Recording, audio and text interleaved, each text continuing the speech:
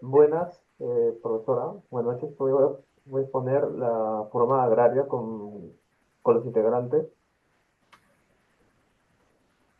A continuación voy a contar la introducción. Hablaremos de nuestro argumento sobre los cambios y permanencia política y económica y social que ocurrió en el Perú en los años 1930 y 90, centrándonos en la reforma agraria que ocurrió en 1969 y uno de los hechos más importantes del Perú.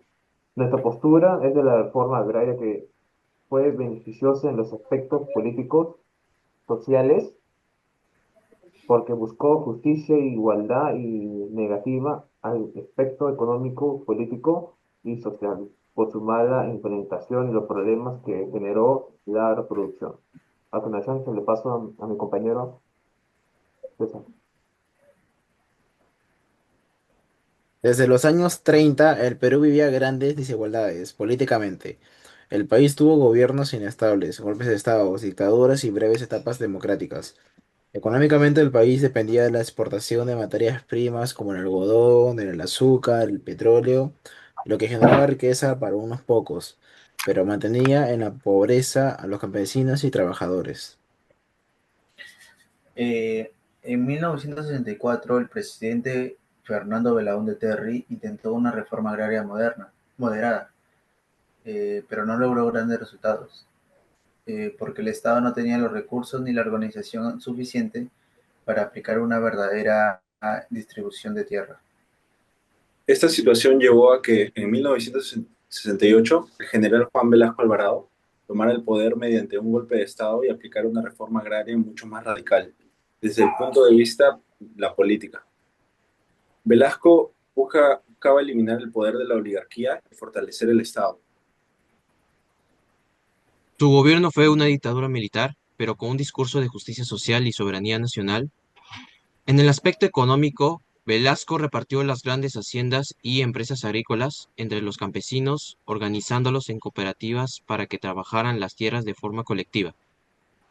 Sin embargo, con el tiempo, muchas de estas cooperativas tuvieron dificultades para mantenerse, ya que no contaban con suficiente apoyo técnico. Durante el periodo 1980 y 1985, con el retorno de Fernando Belaúnde Terry al poder, el Perú volvió a la democracia después de más de una década de gobierno militar. Políticamente fue un tiempo de esperanza, pero también de inestabilidad, porque empezó el ataque de Sendero Luminoso que afectó gravemente al país durante esos años. El 17 de mayo de 1980 fue el primer ataque del grupo terrorista Sendero Luminoso, que ocurrió en Chuschi, Ayacucho, el día en que el Perú celebraba su retorno a la democracia con las elecciones presidenciales después del gobierno militar. Ese día un grupo de militantes de Sendero quemó las ánforas electorales como símbolo de rechazo al sistema democrático y al Estado peruano.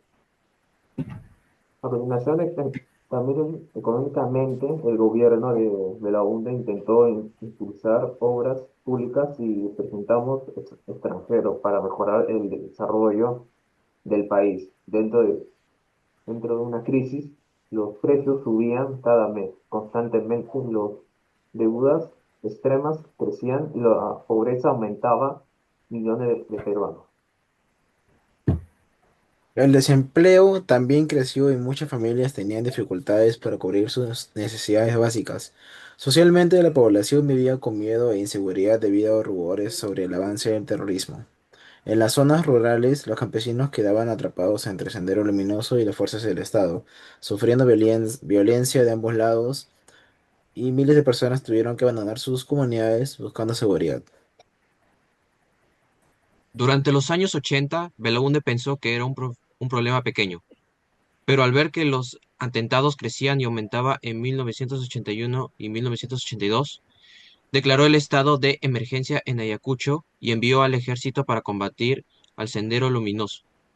Sin embargo, los militares no estaban preparados para este tipo de guerra interna y cometieron abusos contra la población civil, lo que generó odio y miedo. Belaúnde no entendió al inicio de la magnitud del problema. Pensaba que Sendero Luminoso era un grupo pequeño y desorganizado, por lo que no aplicó una estrategia nacional fuerte. Mientras tanto, Los terroristas se expandieron a más regiones del país. El prometió mejorar la economía, frenar la inflación y recuperar el poder adquisitivo de la gente. Al comienzo, su plan económico tuvo unos resultados, tuvieron sueldo, bajaron los precios por un tiempo y la gente volvió a confiar en el gobierno. Políticamente, su gobierno presentaba una nueva generación, ya que tenían solo 36 años, prometía acabar con la corrupción y la pobreza. Al inicio mejoró la economía, subió los sueldos, bajaron los precios y aumentó el consumo. Esto le dio mucha popularidad a esa época. Sin embargo, esos buenos resultados duraron poco en su política. De gastar más de lo que el Estado tenía, causó una gran inflación en poco tiempo. Los precios comenzaron a subir de forma exagerada. El Perú sufría hiperinflación, los productos escaseaban y los sueldos ya no lo alcanzaban para vivir.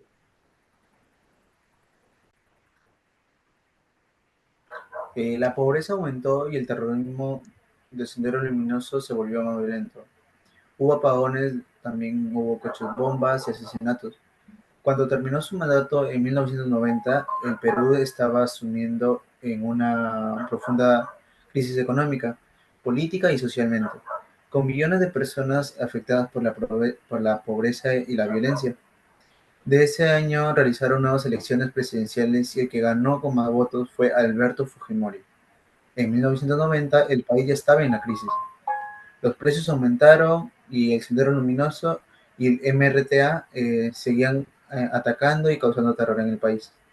Cuando Fujimori entró al poder, prometió recuperar la economía y volver la paz al país.